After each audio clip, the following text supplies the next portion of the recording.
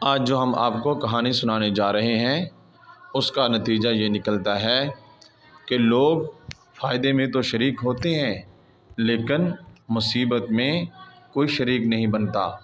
کہا جاتا ہے کہ دو شخصوں نے ایک ساتھ سفر شروع کیا۔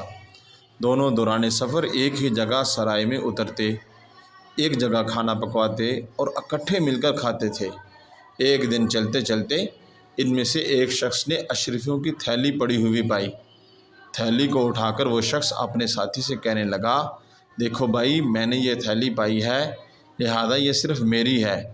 دوسرے نے کہا، یہ تم نے کیا کہا کہ میں نے تھیلی پائی ہے؟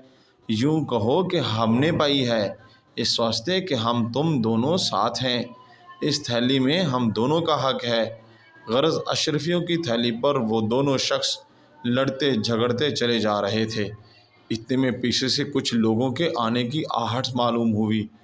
دیکھا کہ کچھ لوگ ان کا پیچھا کر رہے تھے۔ مسافروں نے کان لگا کر سنا تو وہ لوگ یہ کہتے ہوئے لپکے چلے آ رہے تھے کہ تھیلی کے چور وہ دونوں آگے جاتے ہیں۔